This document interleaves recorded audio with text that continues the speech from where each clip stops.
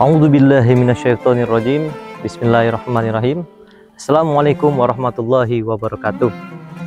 Alhamdulillah.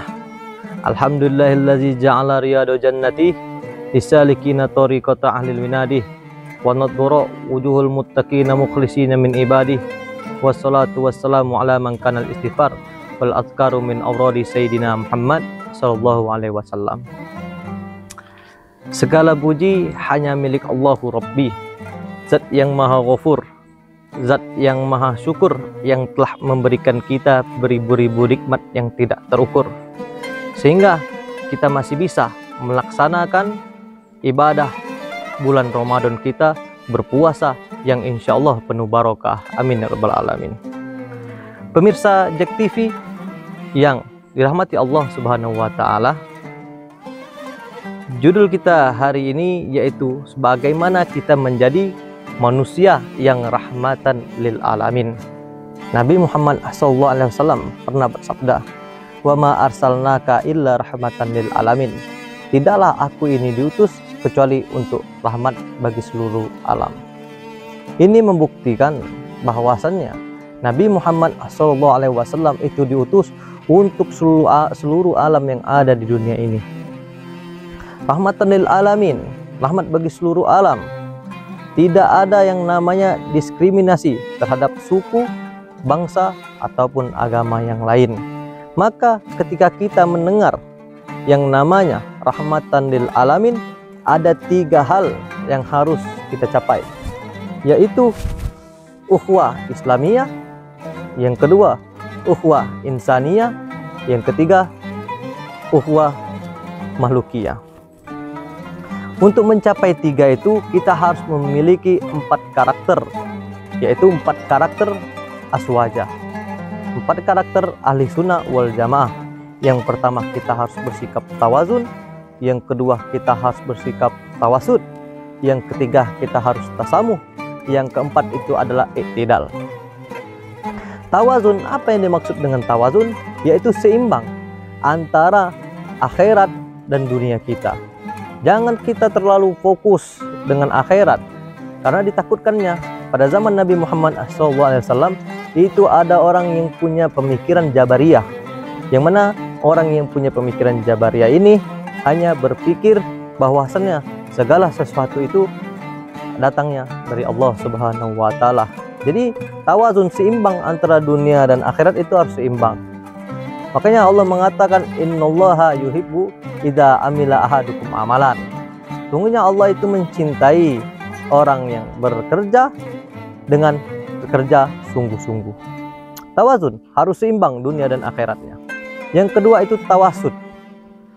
Cara berpikir yang moderat, harus kita tidak membedakan.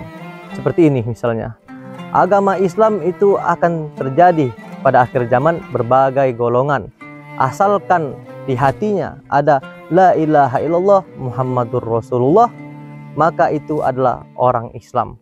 Walaupun ada yang agama lain itu tidak menggunakan ketika subuh, dia tidak kunut, ada yang tidak melakukan yasinan, ada yang tidak melakukan tahlil, itu semua hanyalah hal-hal yang sunnah saja. Jangan kita melecehkan atau meremehkan orang lain. Itu tawasud.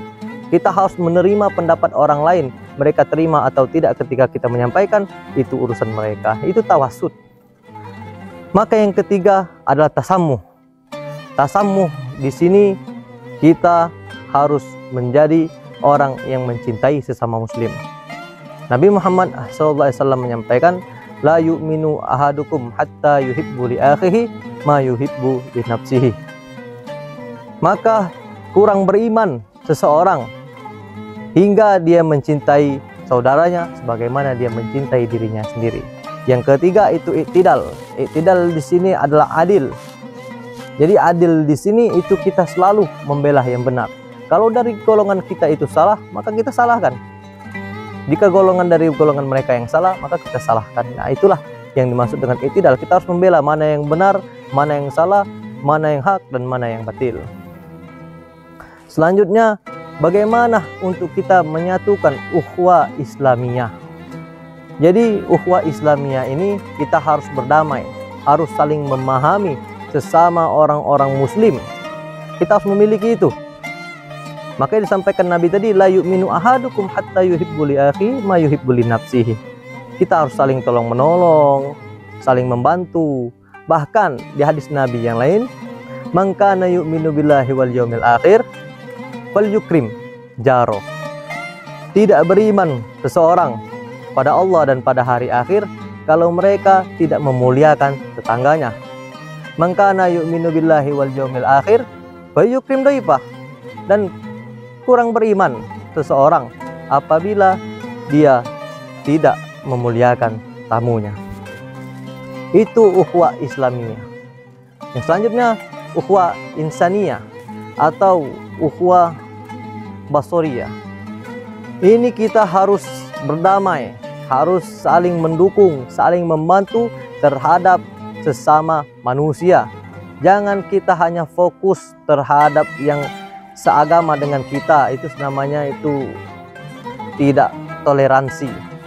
Bahkan di sini Nabi pun pada zaman Nabi Muhammad SAW, Nabi Muhammad itu pernah memberi makan orang miskin, lumpuh, buta, itu setiap pagi Nabi Muhammad SAW selalu memberinya makan dengan gandum.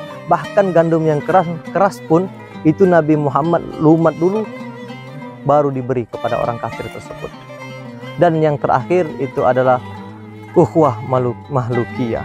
Ukhuwah mahlukiyah di sini kita harus saling menyayangi terhadap sesama makhluk, karena di dunia ini Allah ciptakan tidak hanya satu jenis, yaitu jenis manusia saja, akan tetapi ada hewan, ada tumbuhan.